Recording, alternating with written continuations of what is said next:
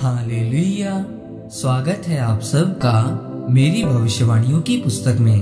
तो आइए हम आज के पवित्र वचन को पढ़ेंगे जो कि परमेश्वर के दास प्रेरित अंकुर यूसुफ नरूला जी के द्वारा लिखा गया है। अपने हालातों के साथ समझौता ना करें, जैसा कि दानियल की पुस्तक अध्याय 3 उसकी 18 आयत में लिखा है। परंतु यदि नहीं तो हे राजा, तुझे मालूम हो कि हम लोग तेरे देवता की उपासना नहीं करेंगे और ना ही तेरी खड़ी कराई हुई सोने की मूरत को दंडवत करेंगे।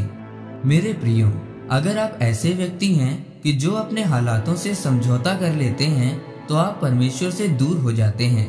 फिर शैतान सारी उम्र उनके हालातों को सही नहीं होने देता।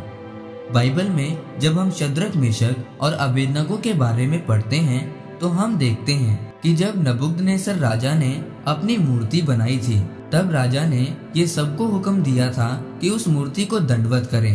पर जो शद्रक, मेशक और अबेदनगो जो दानियल के साथ रहते थे और परमेश्वर के वचन को जानते थे, उन्होंने उस राजा की मूर्ति को दंडवत करने से मना कर दिया। जब ऐसा हुआ तो राजा को बहुत गुस्सा आया और उसने शद्रक, मेशक और अबेदनगो को आग की भट्टी में डलवा दिया और भट्टी की आग को 7 गुना ज्यादा और बढ़ा दिया।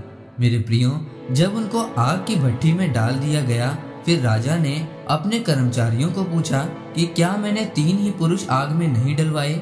उन्होंने बताया कि हाँ राजा, 3 ही पुरुष हैं। पर राजा ने कहा, मुझे वहाँ आग की भट्टी में 4 पुरुष दिखाई दे रहे हैं और उनका कोई नुकसान नहीं हुआ, और जो चौथा पुरुष है उसका स्वरूप ईश्वर के पुत्र के जैसा है। फिर राजा ने उनको भट्टी से बाहर निकालने के लिए बोला। फिर जब वो बाहर आए तो उनके शरीर पर एक भी जले हुए का निशान नहीं था। उनके सिर का एक बाल भी नहीं जला और ना ही कपड़े जले। पर बाइबल बताती है कि जिन्होंने उन्हें आग की भट्टी में डाला था वो उस आग में जलकर मर गए।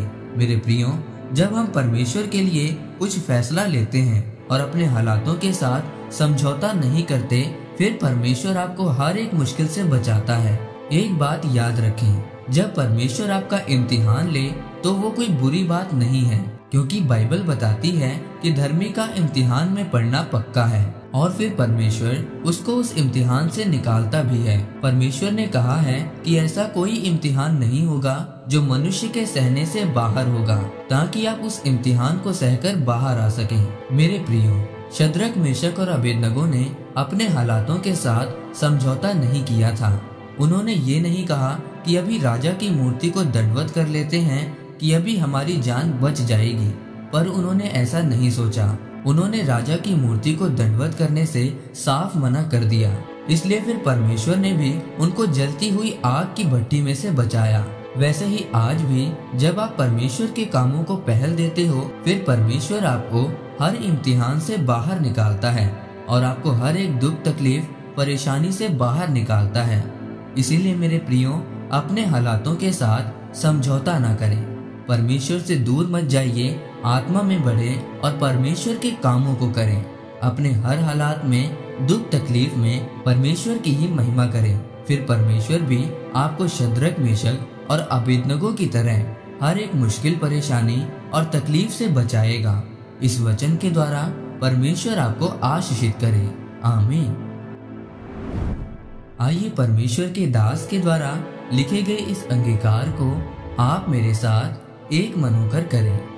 सर्वशक्तिमान परमेश्वर, इस वचन के लिए मैं आपका धन्यवाद करता हूँ। पिता, मैं अंगीकार करता हूँ कि मैं कभी भी अपने हालातों के साथ समझौता नहीं करूँगा। शद्रक, मेशक और अबेदनगो की तरह आपके ही नाम को पहल दूंगा, प्रभु यीशु मसीह के नाम में। आमीन। परमेश्वर आप सबको आज के वचन के ऊपर मनन करने के द्वारा आशीषित करें। आमीन।